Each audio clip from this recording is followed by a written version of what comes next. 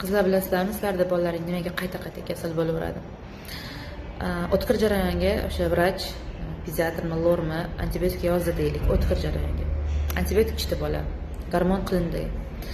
Mana shu o'tkir jarayonga yordam beradi, lekin parallelna bolani defitsitga tiqib ketadi. Tuzalib olgandan keyin sizlar xotirjam bo'lasizlar, bo'ldi, bola tuzaldi deb, lekin ichkaridagi o't tufayli dimlanishlari, mikroflora bilan keyin ishlaring yo'q. Keyin yana kasal bo'lgandan keyin yana siqilib qolasizlar, tuzalgandan keyin yana xotirjam bo'lasizlar. Bu virusni nagruzkaga kirib ketmadimi ekan? Bilasizlar, ko'p antibiotik oladigan bolalarda vitamin D yetishmovchiligi boshlanadi. Chunki o't tufayli dimlangandan keyin vitamin A, D, ular yog'da eriydigan vitaminlar.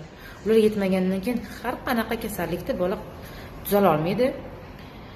Keyin surunkali kasalliklar boshlanadi. Shunaqa gaplar. Sog' bo'linglar.